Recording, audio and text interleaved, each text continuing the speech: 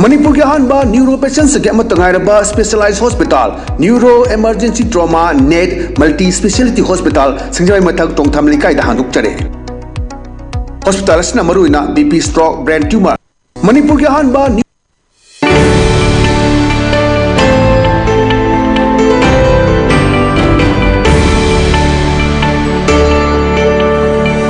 मणिपुर के अहानबा neuro patients के अमतंगायरबा specialised hospital neuro emergency trauma net multi speciality hospital सिंगजाई मथक टोंगथाम लिकाइदा हांदुकचरे हॉस्पिटल असना मरुइना बीपी स्ट्रोक ब्रेन ट्यूमर लंबी की खुदोंगथिबा spinal disc prolapse spinal tumour अमदी माइग्रेन चिंगबा लायंगली हॉस्पिटल असदा न्यूरो की लायंग चंगबा अफब मखल की खुसु खुलाई अमदी मेशिन मरांग कायदे लई मसिना कोक मरी लेनबा तोंगान तोंबा मखल की अनाबसिंग निंगथिना लायंगली लमदम मसिदा neuro surgeon यामना तांगरिबा मरमना चिंगमदी अरापा मफमदगी Lakpa अनाबसिंग neuro surgeon उननबा होनबदा अवाबा क्या मायोंगदरी मसिदा सुनतना मतम थिंथना अनाबा लायंगना मरम ओरगा खुदोंथिबा क्या सुमायोंगदरी मसी पुनमक्तगी खरदो ओरबसु कन्ननबा doctor Parkinson Singh MCS neuro surgery AIIMS new Delhi ना मसामकी हॉस्पिटल असिदा पुंग कुनमरी लेदुना अनाबा सिंह लायंगली हॉस्पिटल असिदा अताबा ममलदा लायंग मतनतना OPD जनरल अमदी ICU beds operation medicine x ray अमदी लैब कमैली नबसनसु अताबा ममलदा फंगल्ली ngasi magdenshin biro amadi kudong saba singa silobiho hena kubang rol gidamak hospital asigi telephone number 7005534166 natraga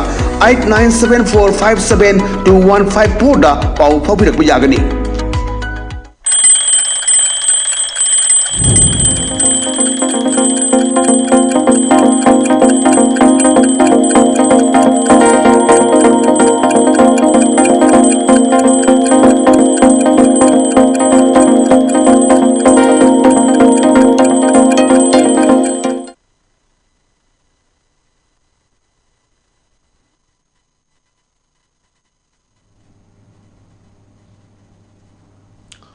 Kunjabihari ELITETV के news direct commentator video so हम तारा मुक्सरी maroon ngasi imphal phung pause singda kari kari maru pau yai the community ham dele basi ponafam pause de yari basi kuki militant singna nomi kapselak bada nupa ani sire ani sokle car ahum amangata thokre NI da sinaduna thigal halagani khemsan kokomi UNC yauna lup kya na condemn torokli trongrawi thokdo numit mangani total shutdown lok thokre lekhidraba ichani lebak miam da sinakrabani apokpa Thao Henjene Yolubagi retail outlet ahum supply block tokre Suna demand tra yaw memorandum mama chief minister de pishin kre central employees sing DM su diar cabinet na ya kre haibisna koi pona phungi mro power bathang leribe si sana lebak ta kuki militant sing na kyam yam ngami haiba uthora kre chief minister na thaman kiba ROP hek hendok paga chatharak ba ambush ta tangkhul ani si kre Tronglawbi thokdo Manipur pumbada nimit mangani total shutdown lok thokre chenaba athubada puthoktrabadi hen akan khongdang changsilagani ngasi su rally chatki tear gas ka padagi hendoktuna gari na thonggadawgi ko tanaraga miam tankhai ki CM chatpayarbasu micham di sep oidri headman miam gi kholabu politicalize tawduna nathena honaganu kokomi su galinga ka yanaki basing thabak ta onto haina memorandum pisin kre Manipur lenga ki department khudimak kang khong saire sadat mobile internet hangdokre thado inpina condemn torakli haibasna sana lebaki mor pawre mathang laribasi sanga express da ahing da left na kapsilak laga nonga lagana ambush tawda ani sire NIA bu thijil halagani ex-gracia piragani chief minister kokomina kan condemn torakli lengak ta penda wafum thamlakli Census tawda mathau tagada polam sing imphal yorakre lenga ka yanaba sing re-engage tonaba department sing kang khong chaire ambulance driver fuda rakre akan mong da condemn torakli haibasuna khoi sanga express ki mer pawre mathang laribasi welan paw da imphal dimapur lambi dadi micham na chatpada adumak higok thokli sekmai dagi sanapati fawba BSF na ngak sianduna puramba tokthok lamle Chief Minister gi in tapa purakna bagi khongthang da khonglo palo ningba yawre Ukhrul da chatlu bagi nongan bada kasum da micham mani nomina kaptuna hatkre Indigenous Peoples Forum Manipur na Chief Minister da memorandum pishin kre tangkhul nagalong amsu thado NP Manipur na akar mong da yaning da phongdorakli Kasunggi Michamani Nomina Kapna Hatpabu Chief Minister Nakarmuna condemned Tokre, Pang the Bugitoni, and I Desinegani. Manipur Tugaiba Pamlabadi, Atopuma from the Pikro, PAMP, Habishinokoi. Well and Pau Gimmer Power, but only see Sanga Express English edition. Ni, Barely 24 hours after Singh visit to Ukhrul, Kuki militants abuse vehicles on Imphal Ukhrul Road, 2 killed. Tears of victim families will not go in vain, TNL vows. GSC says no agreement yet, calls to shut down. Government condemns case to be handled over to NIA. Even ambulances not spared, drivers assaulted. Terror attack protest continues. Sangha Express Criminal Power. The People's Chronicle. People's Chronicle Yoribasi, ex-army men among 2 killed in militant ambush in Ukhrul. Government condemned case to be transferred to NIA. VNC, FNCC, TIM 6 action. KK demands Deputy CM's resignation. TNFO Kokomi 6 accountability. Kuki body deny role in Ukhrul attack, threaten legal action. 3 steel fuel outlets auto-blocked for violating government norms. MSU submits starter of demands to Chief Minister. SDO refused DVT deprivation charges, calls claims misleading. Kokomi flails security force assault on journals, medics. PAPPM decries continue killing, demands prop. People's Chronicle gi. Mura Power. Ngasi Imphal Phongba Pauses Singhi Mura Pau Kramadete issue Singi Matangda Hazik. Guwahati da Assam da Lairiba adugumba political commentator Tamo Maisnam Kunjabihari Linchimidere Hamda Tamo Kunjabihari Bu Taram Noshek. Ainasu ELITETV bu Mieng Tariba Punamaku Kudru no Koramjari Arana Yorusung Pinava Koramjari. Aduga Koye issue Tamo Manipuri Mapanda Legasu Manipuri Susing Yam Kupna Senabidaga Leba Adumba Manipur. Mioi Hai Tare Tamo Manipur ki irang sida haji tori film si Chief Minister na han chatlure Santi ki paujel pi dana Kuki ki khungang da ju chatlure duga tangkhul ki khungang daga ki khungang nu chatana ing tapa purok na bhondari man hek chatlure buga nongan buga ngarang si sena kai thian dana leptra ahin chupan ome kapsin ba aduga lambi de lak pa am chamja ba aduda ambush toksalaga khoi mi ani hat khiba yamna son khibo film singa si ki pause sing yaure madugi video footage so khoi thajarake ad lairiba situation si taseng na khoi ing tapa Puraknaba Honarakba Sida Pam the Bukra Yaurabra having a two hung mulai, Krakara named Harakan, the Mung Trong Laubigi, Shumulakpa, Piliba Angang.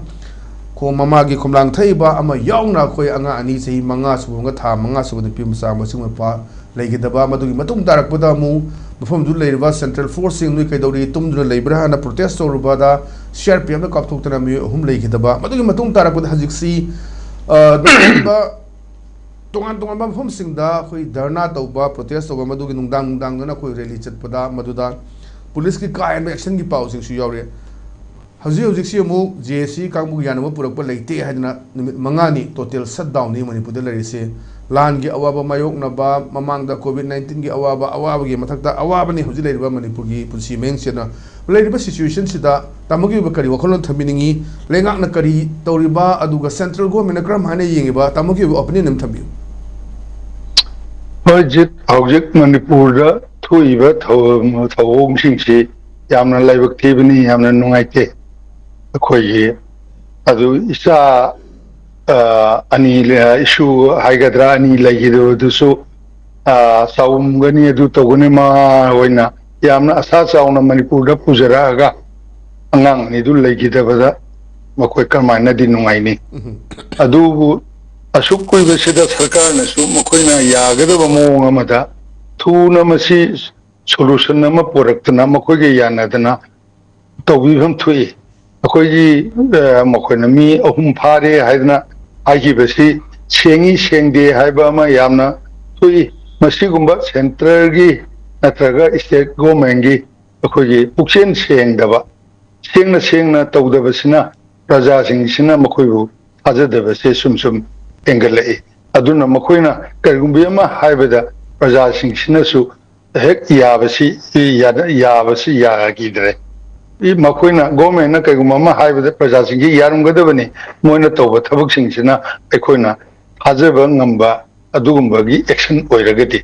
adu mokhoina ngasi bawda tawbasida adugi action se oidabadina mayam sina azabasi pokte aduga akogi amana hujujiki oiriba situation sidadi akogi CRP na akogi kaptana legidaba imung manung moisu sab manana dosadu taminaribanina mayam punamakna kari tawna hujikti khizatang khoisu khar restriction na government ga koi sangtaina na bo hona batai aduga maru oriba problem thaudok singsidi punamak sidi central dagi or stress tak tawraga thohan ba thaudok ngakni haibasidi mayamna su adum nong gi mayek sengba enjelai ba thoram ne ji aduni masi tasengna masi gi problem si solution ge haradi government gi khut lele government na masi solution birage haradi angang ani legidaba CRP na kapada legidaba punamaki imung manunga sarkar na sandai minna bada adum ya gadobani masida sarkar na tumina election basi nungaite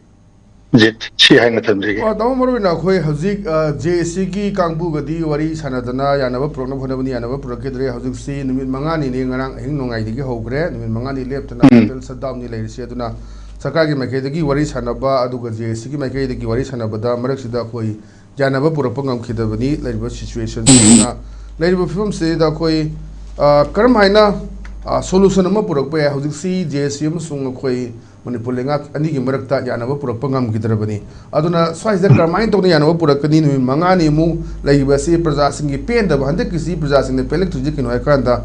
khara chawba khogi mipung mari pharaba wari boba yamna sening bagi wasunati madumak toragasu khara pharanguni piba ngani si uja ngi thamoi siam sokhi bai tare mipung makta any community khudi makta khoi soktana madugi film dunia duna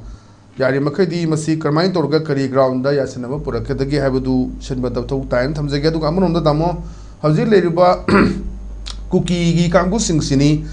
hokiba 2023 gi me ahum dagi pai maitei singa sokna ba yaba lan si sokna da lae madu khare ingdare adu dajina mu tangkhulom da mu taina khare seida tamo ina si habde tangkhul live hauji si imphal gi khoi gi imphal dimapur lambi si thingba marak sakaram challenge aduga khoi Imphal Ukhrul lambi si litang da thingna taw mayam sing hajik si aphune haijabado tangkhul heraga particular khoi tangkhul loina inthukpagi mong da leiba khoi naga unification haragna naga oina punjan ba aduga seida tawriba singa atopa side tagi adum khanna si chaina se ba lam henba yade akhoi gi torak paduni akhoi gi hekta lam hela kanda khoi su asam da thingni guwahati da thingni akhoi su thingni haida thingak pada dum lambi handongna gi ba yawbuduni masi yadi ma khanna basu mathau ta de hajik si karimta tawbungam de aduna tangkhul ngakte inthokpa gi wafum masu leiba in particular tangkhul na haire naga gi nomenclature se logde gi mong su lei anu hajik si adum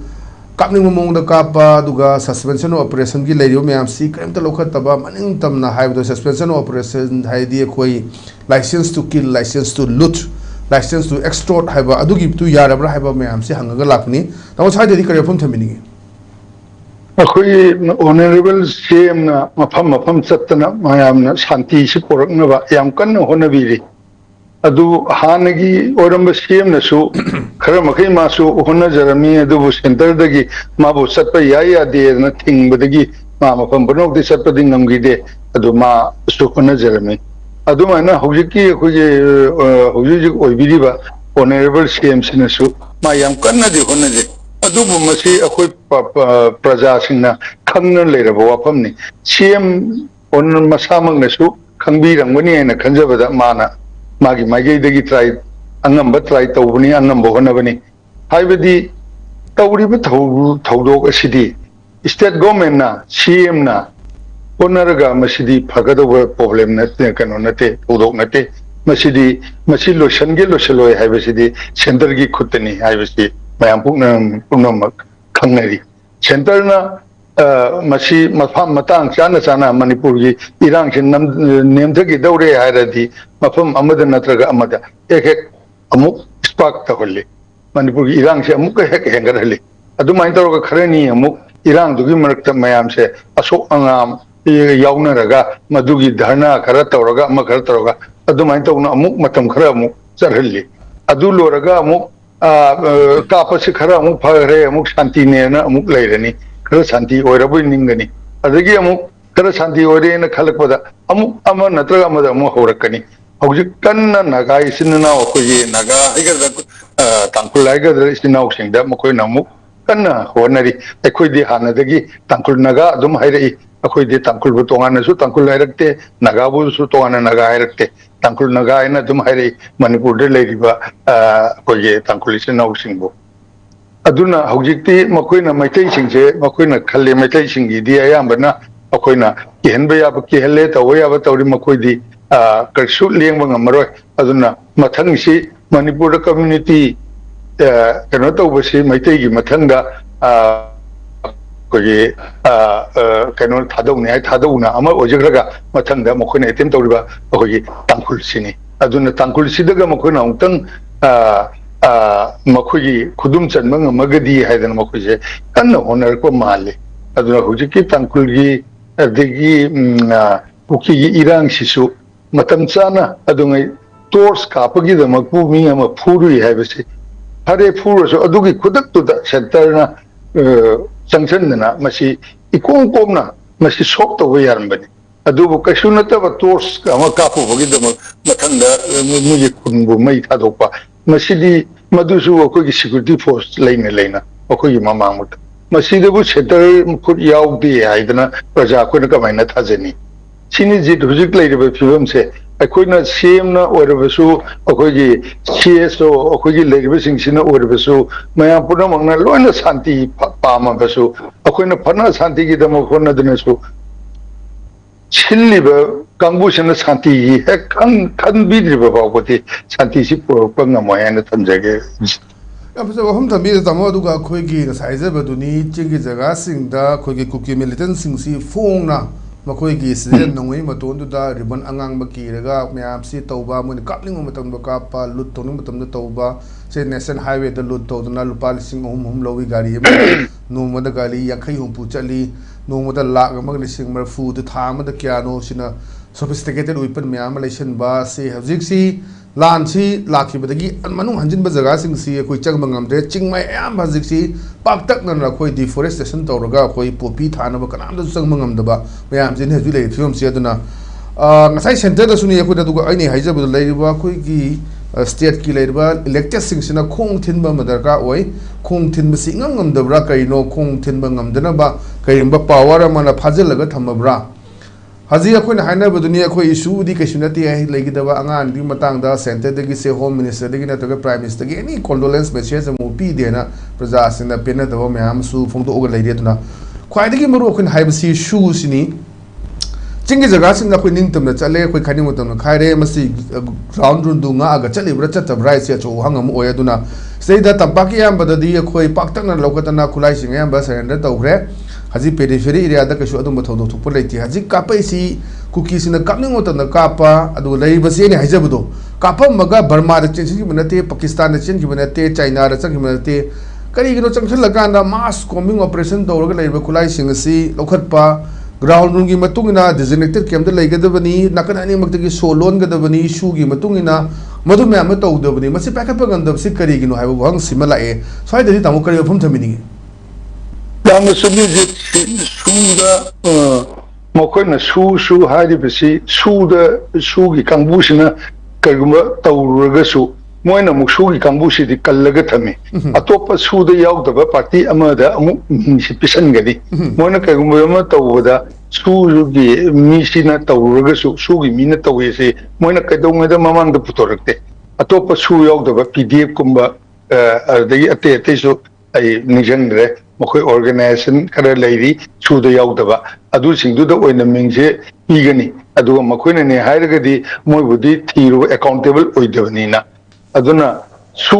सी खंगदे जित कमाइना तौबनो सू सिबु असुक चावबा जला मखो central government दगिसु एना चावबा हेना ngमबा जला सू सिबु मसाय हाइबिगिदुने मणिपुर द थोइबा प्रॉब्लम सिदि मणिपुर हाइसि यामना चावबा लम नते अदुगि मनुंग थोइबा मफमदु यामना हेक्ता पक्तक चावतोना चावरबा उपाय लिते मफम नते करिगुंबा आर्मी ना ऑपरेशन तौगे मखोना आर्मी एक्शन लौगे हायरबदी खुदक तौब हौगी हेलीकॉप्टर मी कुमदना मकोई कनोसु उठ्रे अखोई डेमोसु उठ्रे अदुमाइन तौद्रा मफम मफम सिंगसिदा अमु अनरतंग अखोई आर्मी एक्शन जि लौब मतमदा कॉम्बिंग ऑपरेशन तौब मतमदा अदुम इफा फगी गदौबा कशु मकोइना लमहेन ngमोदोबनी अदुबु सुसी हिंगे सुसी मकोइना तौरिबा थबकसी तौहल्लोय हाइबसी सेंटर न हुजु पावा खंदबा माले सेंटर गिदी सुबु सपोर्ट तौई हाइबसी सेंगना अदुम अंगनग्रबा वफमनी Manipur sorry Manipur legislative assembly दगी सुसी बैन तौननबा अखोई मसी यावररोयदना लेटर थाकिबा लेरबनी अदुबु मणिपुर गवर्नमेंट यावदना अखोई प्रोसीजर रूल लेरिंगदा मखोइन अमु नमदना ट्राइपरटाइट के साइन तौदना सुसी अमु एक्सटेंड तौई करिगुम सेंटर ना पामदबु ओरगदी सु नहाना मखोइसे लोशन करदमनी अदुबु हौजिकसु सुसी सेंटर ना अदुम योखली अदुनबु मखोइना मणिपुर गवर्नमेंट इसागी गवर्नमेंट लेजिदबा या लेबा मतमना मखोइना नमदना साइन उहिबनी अदु हौजिकसु मखोइ करिगुम सुगी कांगबुसना कराइदनो करिनो तौरंबा मतमदा सपोज अखोइना मखोइबु एविडेंस यावना फारेना खल्लसु मोइना मसे अतोपा मेहता लेथोरकनी आइदि सुगी मी नते अतोपा पीडीएफ खंगे म खंगे अदुने हाइना लेथोरकनी सुबुदि मखोइना फाहल्लो सिमाइना तौइ पीडीएफ मसिदि मी पुनमंगना अदुम उनदन लेरबा वाफमनी जित सिदा करी हाइगनी सु लोसन बाइबसिदि सेंटर की मखुत लई सेंटर द कनाना हाइरुबंगमनी सेंटर दि अखोगी वादि ताबिद्रे ताबी गदबा अखोगी एमएलए मिनिस्टर अखोगी सरकार पारिबबु ओरबसु ओपोजिशन दबु ओरबसु लेरिबा मैमसिनसु ngasibago makoina center da kanna wa amata ngangba ngamdabagi mawong oina lei makoina karigumba masidagi manipur gi maigi tawriba phibam jigi maramda ngangani haina chadasu makoibu unabi daba makoije delhi da leireraga nomuni ni leireraga upai leitani he halakpa gumba adumaina su he tawi khangde manipur da tawriba mawong se khoji leader sing sina लिंगजेन मानदबदगी थोपनी तसेपदी अखोई leader Singh कईगम लिंगजेन मानर माबा मखोइंगै अपुनबा अमा पुरपंग Magadhi ngasi centre न समायना तौबंग ममय हायना थमजके जी तमाम अदुग हदकी एक्शन सिदा हजुसी अखोई अयुन दिनदना अखोई धरना थमना प्रोटेस्ट रोगा निमिदांग सी तोन तोन साइड सिंदा अखोई मेरा रे चटपा मैम तवे नान सिंह मेरे तौरे मी कुन हेन सोखरे नहान से मुख खुराइद तौग्रे मधुसो गरंग से मुख कोई सगोल बंदा पासोइदगी लागे मागे थेंदाम लागदा सगोई बन गिबि जोय गोबिंद पादा थिंगदना मैम से हेक्ट प्रोटेस्ट अरोय बिनी अदुना तोइसे कोई गाड़ी न बुक तखाइगे तौबगी वीडियो फुटेज जो कोई उरे अदुना स्वाइसदा याम फजना प्रोटेस्ट लाकांदा प्रोटेस्ट तौरिबसिंगसु मागी डेमोक्रेटिक वे दा याम फजना तोहनबा दुगा पुलिस सिंगसु ngaक सेनबा दुगा काहेनबा थोंगे याउजगदी फगदबनी इमाइबेल मैम तौरी मदेदा कापसलिबा टियर गैस मोक भोम मैम दु तामसु उबिरंगुनी मैम सो इपलियो मैम दु अहन सिंह हेक्टर चेन बदु अदिंगरांग सगोल बनगी सिनसिना खोइगी हेक्टर गाड़ी नगा तखाइगे तव मैम उ फंगे अदगी फारगा फुदबा अदु याम इंटरेस्टिंग वेबदी अखोई रैपिड एक्शन फोर्स नासु तामु उबिरे मीगी सीसीटीवी कैमरा थंबदु चैदुना तौरगा थुदेकनबा थुगाइनबा तव मैम सु उरे अदुगा सुंबा अदगी मीगी मेमदा चंगा कांदा चेंसन grey अदुगा ngarang sumngare nahan su trongnawbi thodok thopagi protest tawdu hospital da kapsindana tawi ngarang su khoi angang gi hospital ni leiriba mothers care sogomend leidu madu da kapsele tiar ge asi mo bo kapsele nahan singam ge su kapada khoi lekai gi thangnaba yum gi mai chak na tawbe sides lei auna khoi gi rival control si kamai to gidage haibe ge thama moine rival control na laktaba अतम नना कोई यंगना बोइने फूबगी मोंग न Torpa reflection force की मोंग सी एक तमो बिरंग ने दुना साइ मतंग सिदा अदुगा मदुगा सिदा एडिशनल नैनबा नुंगाइना बा कोई लांगी मतमला एम्बुलेंस मैम थादोक्तना तवदबनी हॉस्पिटल दे अटैक तौरिदबनी हाइबा चना कांगन मैम सु लेरिबनी अदुबु ngarang angang hospital du da koi tear gas mok papsun budu मैम एकता सोर फुंदना मैम तौना बुदु उ फंगी अदुगा अमरम दना कोई एम्बुलेंस की कांबु सिंह फुदरक बि मदुस लाकने दु हाना आन बगी सी नेंदरगे एम्बुलेंस को कोना लासगे अदुना सेंट्रल फोर्स के अजुम्बा मगी थौंग सिदा दी करियो फुम थबिनी गदम चेत मसी यामना का हेनबा थौदौनी ꯑꯩꯈꯣꯏꯒꯤ ꯁꯦꯟꯇ꯭ꯔꯦꯜ ꯔꯦꯄꯤꯗ ꯑꯦꯛꯁꯟ ꯐꯣꯔꯁꯅ ꯇꯧꯔꯤꯕꯁꯦ ꯑꯗꯨꯕꯨ ꯑꯩꯈꯣꯏꯅ ꯍꯥꯏꯔꯨꯔꯒꯗꯤ ꯃꯈꯣꯏꯅ ꯇꯥꯒꯗꯕ ꯅꯠꯇꯦꯗꯣ ꯍꯥꯏꯒꯗꯕꯗꯤ ꯁꯔꯀꯥꯔꯁꯤꯅ ꯍꯥꯏꯒꯗꯕꯅꯤ ꯃꯁꯤ ꯉꯁꯤ ꯉꯔꯥꯡꯁꯤꯅ ꯑꯍꯥꯟꯕ ꯅꯠꯇꯦ ꯍꯥꯟꯅꯁꯨ ꯍꯟꯖꯟ ꯍꯟꯖꯟ ꯇꯧꯈ꯭ꯔꯕꯅꯤ ꯑꯩꯈꯣꯏꯒꯤ ꯅ꯭ꯌꯨꯁ ꯆꯦꯀꯣꯟꯒꯤꯗ ꯀꯨꯀꯤ ꯂꯩꯔꯝꯕ ꯌꯨꯝ ꯂꯥꯟ ꯑꯗꯨꯒ ꯊꯪꯅꯕ꯭ꯔꯥ ꯇꯧꯕ ꯗꯨꯀꯥꯟ ꯑꯗꯨꯁꯨ ꯃꯩ ꯊꯥꯒꯦ ꯇꯧꯔꯝꯕꯗꯨꯁꯨ ꯑꯗꯨꯃꯥꯏꯅ ꯁꯦꯟꯇ꯭ꯔꯦꯜ ꯑꯦꯛꯁꯟ ꯐꯣꯔꯁꯀꯤ ꯃꯤ ꯑꯣꯏꯔꯝꯗꯅ ꯃꯌꯥꯝ ꯐꯥꯅꯗꯅ ꯇꯧꯅꯈ꯭ꯔꯕꯅꯤ ꯑꯗꯒꯤ ꯁꯤꯡꯖꯃꯩꯔꯣꯝꯗ ꯊꯣꯛꯄꯗꯁꯨ ꯃꯤꯒꯤ ꯃꯌꯨꯝꯗ ꯆꯪꯗꯅ ꯑꯩꯈꯣꯏꯒꯤ ꯀꯥꯔ ꯄꯥꯔꯛ ꯇꯧꯗꯨꯅ ꯂꯩꯖꯕ ꯏꯃꯨꯡꯗ ꯂꯩꯖꯕ ꯒꯥꯔꯤꯒꯗꯣ ꯊꯨꯒꯥꯏꯗꯅ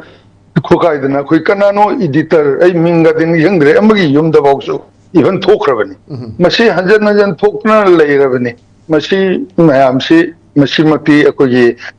ꯁ꯭ꯇꯦꯠ ꯒꯣꯔꯃꯦꯟꯅ ꯑꯩꯈꯣꯏꯒꯤ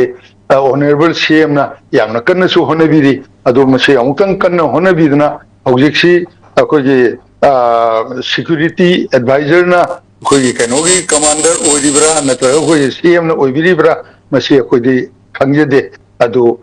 ꯑꯣꯅꯔꯦꯕꯜ ꯁꯤ ꯑꯦꯝꯅ ꯌꯥꯝꯗ꯭ꯔꯕꯗ ꯌꯨꯝꯗ ꯁꯨꯃꯥꯏꯅ ꯆꯪꯅ ꯇꯧꯕ ꯑꯗꯨꯒ ꯁꯦꯟꯇ꯭ꯔꯦꯜ ꯐꯣꯔꯁꯁꯤꯡꯁꯤꯅ ꯃꯈꯣꯏꯅ ꯀꯦꯃꯦꯔꯥ ꯊꯨꯒꯥꯏꯔꯤꯕꯁꯤꯅ ꯃꯈꯣꯏꯒꯤ ꯃꯣꯇꯤꯞꯁꯤ ꯀꯔꯤꯅꯣ ꯍꯥꯏꯗꯤ ꯃꯈꯣꯏꯅ ꯇꯧꯕ ꯐꯠꯇꯕ ꯑꯣꯏꯗꯕ ꯃꯌꯥꯝ ꯑꯗꯨ ꯀꯦꯃꯦꯔꯥꯗ ꯎꯈꯤꯅꯤ ꯏꯚꯤꯗꯦꯟꯁ ꯂꯩꯍꯧꯒꯅꯤ ꯑꯗꯨꯅ ꯇꯧꯕꯒꯤ ꯊꯧꯗꯧ ꯃꯥꯜꯂꯤ ꯃꯁꯤꯃꯛꯇꯤ ꯑꯩꯈꯣꯏꯒꯤ ꯑꯣꯅꯔꯦꯕꯜ ꯁꯤ ꯑꯦꯝꯅ ꯃꯥꯅ ꯉꯝꯕ ꯃꯑꯣꯡꯗ ꯑꯦꯛꯁꯟ ꯈꯔꯗꯤ ꯂꯧꯕꯤꯕ ꯊꯣꯛꯏ ꯃꯌꯥꯝ ꯋꯥꯔꯤꯕ ꯃꯌꯥꯝꯁꯦ ꯃꯥꯒꯤ ꯆꯨꯝꯅ ꯁꯨꯝ ꯊꯣꯔꯛꯄ ꯅꯠꯇꯦ ꯃꯥꯒꯤ ꯃꯆꯥ ꯃꯅꯥꯎ ꯂꯩꯈꯤꯗꯕ ꯈꯣꯠꯈꯤꯗꯕ ꯃꯌꯥꯝ ꯑꯗꯨꯅ ꯊꯃꯣꯏꯗꯣ ꯀꯥꯏꯗꯅ ꯌꯥꯗꯗꯅ ꯃꯤꯁꯦ ꯂꯝꯕꯤꯁꯦ ꯁꯤꯕ ꯀꯤꯗꯕꯣꯏ ꯆꯣꯡꯊꯣꯛꯅꯔꯛꯑꯕꯅꯤ ꯃꯁꯤꯒꯤ ꯃꯇꯥꯡ ꯑꯁꯤꯗ ꯑꯩꯈꯣꯏꯒꯤ ꯁꯤ ꯑꯦꯝꯅ ꯈꯖꯤꯛꯇꯪ ꯍꯟꯊꯕꯤꯗꯅ ꯑꯩꯈꯣꯏꯒꯤ ꯄ꯭ꯔꯖꯥꯒꯤ ꯑꯣꯏꯕ ꯋꯥꯈꯜ ꯈꯤꯇꯪ ꯇꯧꯕꯤꯗꯅ ꯄ꯭ꯔꯖꯥꯁꯤꯡꯁꯦ ꯍꯣꯏ ꯇꯧꯔꯤꯕ ꯊꯧꯗꯣꯛ ꯑꯁꯤ ꯃꯥꯅ ꯄꯨꯔꯥ ꯅꯈꯣꯏ ꯇꯧꯒꯅꯨ ꯊꯣꯔꯛꯀꯅꯨ ꯍꯥꯏꯕꯗꯤ ꯌꯥꯕ ꯅꯠꯇꯕꯅꯤꯅ ꯊꯣꯔꯛꯑꯒꯁꯨ ꯃꯌꯥꯝꯁꯤꯅ ꯁꯤꯒꯨꯝꯕ ꯄ꯭ꯔꯣꯇꯦꯁ ꯇꯧꯔꯤꯕ ꯀꯩꯗꯧꯔꯤꯕ ꯃꯌꯥꯝꯁꯦ ꯁꯥꯟꯇꯤ ꯑꯣꯏꯕ ꯃꯑꯣꯡꯗ ꯇꯧꯍꯟꯕ ꯑꯗꯨꯒ ꯃꯈꯣꯏꯗ ꯌꯥꯝꯅ ꯗꯤꯁꯇꯔꯕꯦꯟꯁꯁꯨ ꯄꯤꯗꯕ ꯑꯗꯒꯤ ꯇꯧꯕꯤꯔꯤꯕ ꯄꯥꯔꯇꯤ ꯀꯥꯡꯕꯨꯅꯁꯨ ꯌꯥꯝꯅ ꯀꯥ ꯍꯦꯟꯕ ꯁꯦꯀ꯭ꯌꯨꯔꯤꯇꯤ ꯐꯣꯔꯁꯇꯅ ꯌꯥꯔꯣꯏꯗꯕ ꯌꯥꯝꯅ ꯀꯥ ꯍꯦꯟꯕ ꯊꯕꯛꯁꯨ ꯇꯧꯕꯤꯗꯕ ꯁꯨꯃꯥꯏꯅ ꯍꯧꯖꯤꯛꯇꯪ ꯁꯤꯒꯨꯝꯕ ꯂꯥꯏꯟꯁꯤꯗ ꯁꯦꯝꯅ ꯇꯧꯍꯟꯖꯅꯤꯡꯉꯤ ꯑꯗꯨꯒ ꯍꯧꯖꯤꯛ ꯍꯧꯖꯤꯛꯀꯤ ꯇꯧꯔꯤꯕ ꯁꯤꯆꯨꯋꯦꯁꯟꯁꯤ ꯃꯁꯤꯃꯛꯇꯤ ꯑꯩꯈꯣꯏꯒꯤ ꯁ꯭ꯇꯦꯠ ꯒꯣꯔꯃꯦꯟꯒꯤ ꯃꯈꯥ ꯄꯣꯜꯂꯤꯑꯅ ꯂꯧꯖꯩ ꯀꯩꯅꯣꯖꯤ ꯑꯩꯈꯣꯏꯒꯤ ꯍꯧꯖꯤꯛ ꯍꯧꯖꯤꯛ ꯏꯝꯐꯥꯜ ꯃꯅꯨꯡꯗ ꯇꯧꯔꯤꯕ ꯑꯩꯈꯣꯏꯒꯤ ꯃꯌꯥꯝꯁꯤꯗ ꯑꯩꯈꯣꯏ ꯁꯦꯟꯇ꯭ꯔꯦꯜ ꯐꯣꯔꯁ ꯑꯗꯒꯤ ꯃꯅꯤꯄꯨꯔ ꯄꯨꯂꯤꯁ ꯁꯤ ꯃꯌꯥꯝꯅ ꯇꯧꯔꯤꯕꯁꯤꯡꯁꯤꯗꯤ ꯑꯩꯈꯣꯏꯒꯤ ꯑꯣꯅꯔꯦꯕꯜ ꯁꯤ ꯑꯦꯝꯅ ꯇꯧꯕꯤꯒꯦ ꯍꯥꯏꯔꯒꯗꯤ ꯃꯁꯤ ꯂꯥꯏꯅ ꯀꯟꯇ꯭ꯔꯣꯜ ꯇꯧꯕꯤꯕ ꯉꯝꯒꯅꯤ ꯍꯥꯏꯅ ꯊꯝꯖꯒꯦ ꯍꯧꯖꯤꯛ ओके तमो तो इन पर्टिकुलर से हाइजबदो कोई की लांगी मतम सु मैम की सेवा तरुब एम्बुलेंसी ट्रोंग लाउबी इंसिडेंट सु लेगरे कोई मैम थलगा कोई एम्बुलेंस सु कोई चिंगधरगा मैम द हंगबा फागी ड्रामा तो इने सु पोयाउ देना नहानसिना कोई खुराई की थौदोक तुदैदा कोई अनाब पुरो चपनी जेनिम्स की जेनोस्टाल की ना कोई बबिना बोक्ता मदद तौरकान फुदरकपा अदगी चैन कलकपा अदगी गाड़ीदा चैन येरकपा मैम लेरे अदगी बबिनागीसु मागी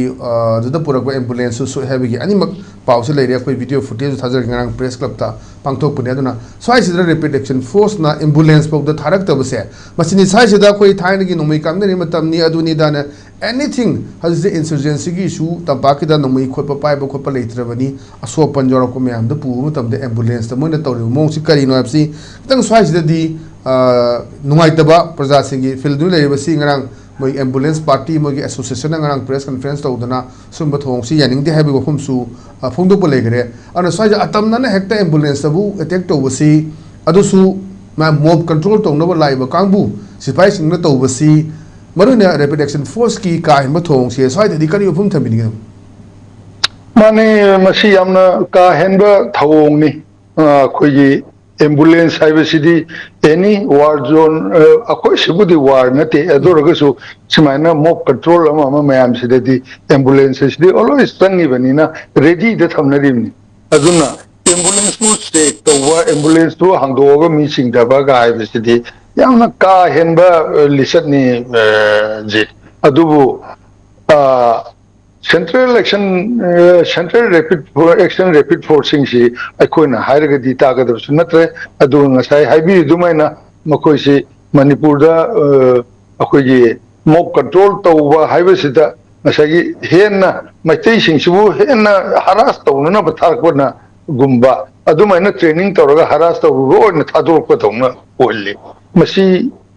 khangde jet masi aina hajeri bedri masi punamaksi khajiktan control tawba ngamba haibase hojikti honorable CM gi makhute le honorable CM na masi mayamsi khajiktan miyeng tabiragadi masimakti thon bidaba ngamgani na ai asa tawje tamo yam sumba wahom thambi akhoi leiriba issue sing sta hojik si tamo khoi census ki oiba issue lai khoi census se tawdingai da NRC hana taw haibagi wafam su lei aduga khoi census tawnabagi putlam mayama khoi post office ta leirame haidana khoi JFD kanguna phongdorok leire aduna so aise tamo su khoi gi Guwahati Assam da leigibani aduna NRC ki wafam aduga topatana khoi SRA gi tawkiba mayam leigre aduna hojisi mikok thibasi hana darkar oibra NRC hana tawbur darkar oibra kana gumra kharana hai census to tor matung da NRC tawudabni hamna chingba mayam phungung namsu le tamugi ba miyang da khoi census hana tawgadra na taga NRC tawud darkar oibra leiriba illegal immigrants sing mitop miyan cha sing khadok na bu khona boda kari tawu mathau type se tamugi ba kari opinion le tamo Assam gi episode leiba adu tamugi saide example bi ba ba kari thamini hum le thamito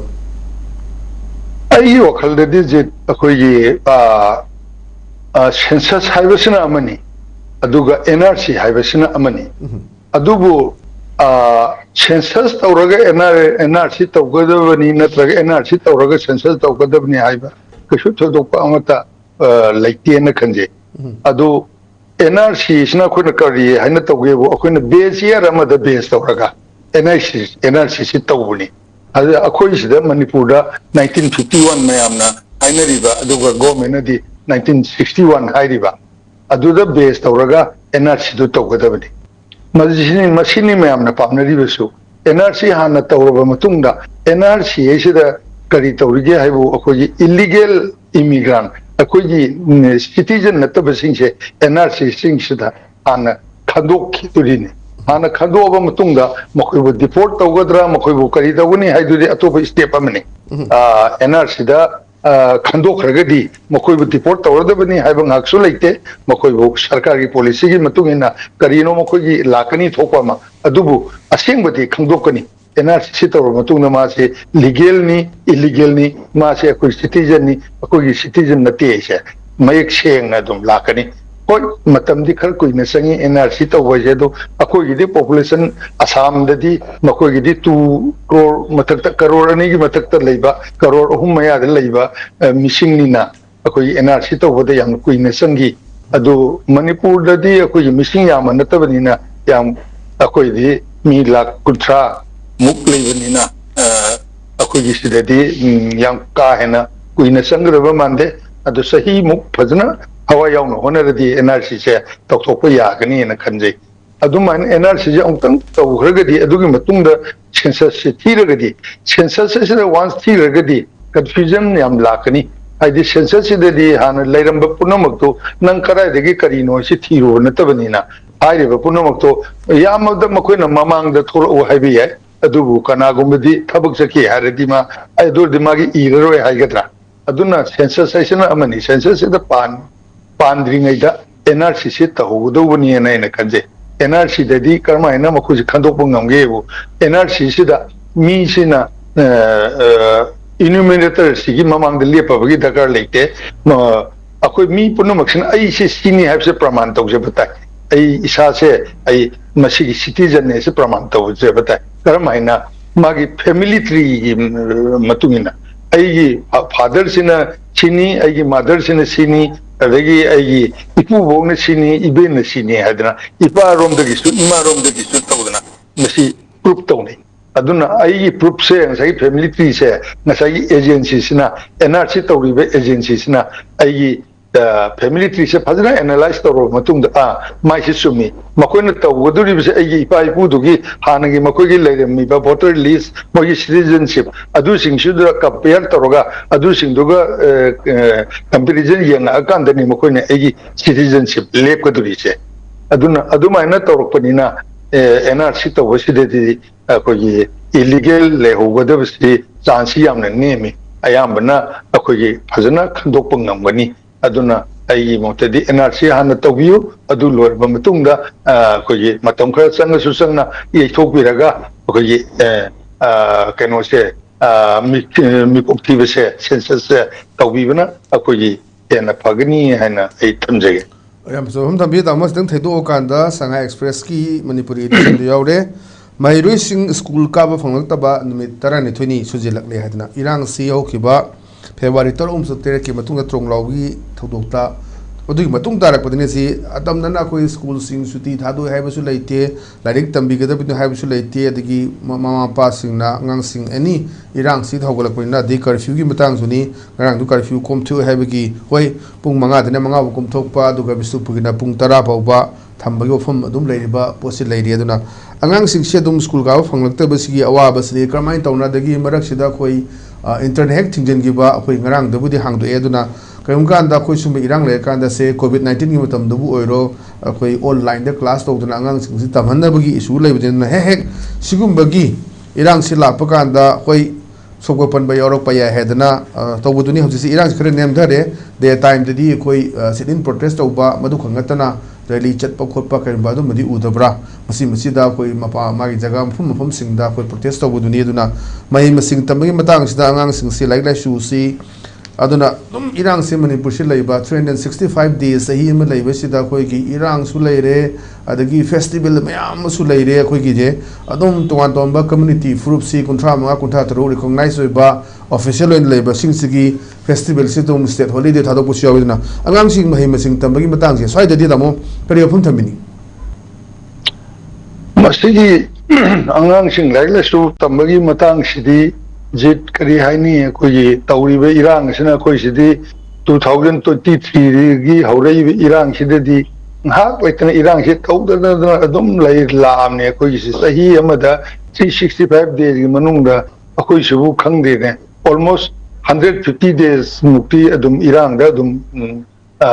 chatlaba male koi se sahi khudingi adu angang sing like tamba si yamna kaire kai rasu kaina tamdabdi adabanina ngang singse honari angamba kanagumna masa masu mapanda thamaga honai atubu mi khara khaktani ni puna mangadi madu ngambadi natabanina Manipur adum tawduna magi tamam sida adum tamali adu magi hek tharakpa phajana tamma matam sida oja sing sina yamna sectionna khara thawai yauna angang sing sibu yengchen biba adu aduga angang singsi mama mapana su mokogi mahima sing tambasida khasitang pungning changna yengchen biba mathok ta haina dakar ta haina tamjage je aduga angang sing lai tambasidi irang sina leiri baudi disturb dum tawrani adu angang singsi simaina disturb tawre haidana afaba angang kharadi adum makoidi phana adum tholai adubu as a whole yengragadi akogi education sida yamna sauna masigi ami se taga duribini aduna akoi na si honari bise koi gi tumgi haurak kaduriba mahiroi singsi mokoi bu ongtang ajana hawhar lakpa ngamna ba akoi puna makna wakhan se khajik tang tamina gada bane akoi wakhan se tamina dana ongtang angang singse least affected id yamdaba effect oiba mokoi da effect khadi lerga su yamdana ba koi hona bigadamne mama pa magi mase manao mabung adu leiba sing sinasu yumda mokoi pazan takpi tambidna ona biba oja singna su asagi mokoina irangda palluraga su karakpa matamda thawai yauna hena kharaga hena yengjen biba simai tawna koi makeup tawmina bata is natna di atopa masistan minsti ude haina thamjage je taw matam sula shere selak boda koi hek irang thokpu sida ko internet thingbagi issue sini mamang dagi aurakanda dum ayamba state singhu tawi adagi Kashmir dadi yam kuina tha taru subject to correction thing na khotna taw mayam sule dubu internet thing mun mar mor kana ton magi jo mangiba mayam ma adi pa na thabak tawjo mayam ji issue si dum lay adu any se transaction to oiro kari to oiro ji internet si yaw dabu yat yam essential oi ba kanomu oirakpa internet yaudagadi pura akhoi pura pung pang leibagi poto leire matam sigi awanba IT gi information technology gi adu lakpani na aduna internet hek thingba of course handa ki dudi am nungai ba mana no makhak thingma musu nini shubun mitagi akhoi broadband sing sidi yahan ba pidana media gi thabak toriba tei thabak toriba bank ki keri ki tori myam sing si yahan gi du mudi am na fai mamang dadi totally hekta shutdown to shan gidana banking system da su yadaba adage somda online khutang tawjaba mayama work from home tawjaba mayama thabak se loin tat kidana choba impact am leki adu bu handa ki khara phage du bu akoi ge any issue mu thono matam da internet thingbi wafam se so as da kari tawba yabagi any se social media da thakale ba sing du moina filter tawba na taga kari tawba yabagi da any madu number mo raga mayam se da sohon dana ba adu umba methodology ma puthok patangai fadabra internet hek thing basina masi achoba se thing sidi tamano su khangbiramuni so as da dikari wafam thamni gi Masjid mafam punamakta su tawi Kashmir da adu khenari badi Kashmir da thataruk thing ba haibasida Kashmir da tawri ba makoi na thengnari ba problem sina cross border terrorism ni aduna maduga Manipur da koi da tawri ba situation siga yamna khenai Kashmir da di makoi cross border terrorism ni na makoi na masi makoi asonga songa I pau si phawna danaba makoi na internet ingiba oramba yai aduga Manipur da tawribasina Manipur da hojik tawribasidi cross border terrorism na tiya koi sidi cross border dagi akoi gi sarkar na makoi bu kauksallaga makoi gi mateng pangalaga thammaga akoi gi tam plane da leidiba misi se si da dang akoi harassment se pi sigi piri base mapan thokidana ba internet thingba sini Manipur da tawribase Manipur da hadak su internet to hoy kuina thingide ador su makoi thingba singi district singi di thingide koi Delhi district dudani makoi thingi se aduna makoi na akoi gi sarkar sine lawi base makoi gi against ni na tra makoi yengna bane na lawi base Delhi sine sing sinate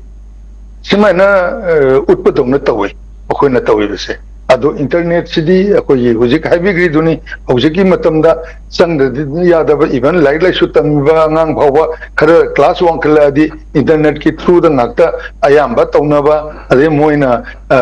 khangja daba kadoba internet ta koti thiraga madu phangna thiraga madu da pona jaba adu maina su mayam amani satra mayam amani adu masi mayam si yengbi raga internet se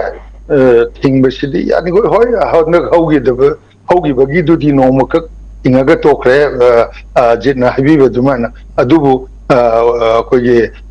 broadband han bagi wani atei di ngarang la keno dama makoi revoke tawri adumana tawsida mi mayam ama masina effect tawi akoi thabak tawduna leiba mayam ama akoi internet ki through dagi thabak hojikti hogi bakoi corona gi matam dugi dagi adugi heng matung tarak padedi work home ina koi gi yum de leiraga thabak tawbase work culture ama oina mayam ama tawgra bani hojikse Manipur da su mayam ama dumana leiri bani mayam si internet thinjan biragadi mayam punamuksina kramaina no kana tawdu jaduna yaringo internet sidi hojiki haibiri dumana atopa methodology ama kerma ngambiragadi thambiu ngamdre yamdre bada putak ki thingaga su masi kuhin bidaba yaringo aduga broadband sidi shooting ek thing bidaba masi gum sidi adum thambiraga putak ki mob control oinana ba haki adugi internet tu thing adum thingbiba aduma in tawraga masi mayam gi khara yengbiba phai haina I thamjage am chame tamo da hajiksi mu Ukhrul gi irang sinamara morakan da hajiksi social media da ton ton allegation cookie gi Facebook page me ama thagalakpa adagi tangpuri naga singisina mu madu yaning daba adagi se maitai na tawbani ka haiba adagi naga masen tawnabani ka haiba mayam si objectsi internet sida dum mayam si ekta bhaji trending ni leiri se duna chingi district singda chingi marone Ukhrul district mu thingjelapra net chi madu tambangam dri adubu yaribam kai kramain tawroga madu da thakaliba chief minister su appeal tawri ko fake news thadabiganu adagi social media tharaku poche da tonga ra sadabiganu tonga sina maram morakan da hen atuba irang ama sagana sum batam maram oi habo fum su chief minister na appeal tawba lei aduna swai sidani kramai methodology sina ka kari tawda ge hayudani थागतरी तामो की चेलो मतम काइथोक पिरगा तुम ELITETV की news रे को सब याबने तोन तोन इशू सिंग में दिगसी इम्फाल फुंगो पाव से सिंग में पाव कर खना बद सरो याबि दम तामो बो हनना थागतरी इशू में आमो खुरमजरी ngasi dia dom ELITETV ki news रे क्लॉक मतंग स्टेशन जरे मिंग ताबिरि बिसुं बमु kana खुरम जबो लेना काइने बे अथनि जे तिनिबिस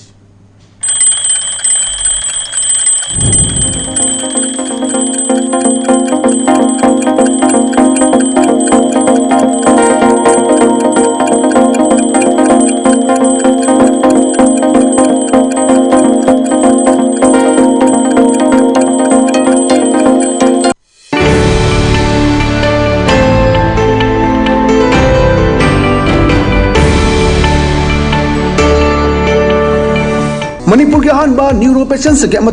specialise hospital neuro emergency trauma net multi speciality hospital सिंगजाई मथक टोंगथाम लिकाई दा हांदुक चरे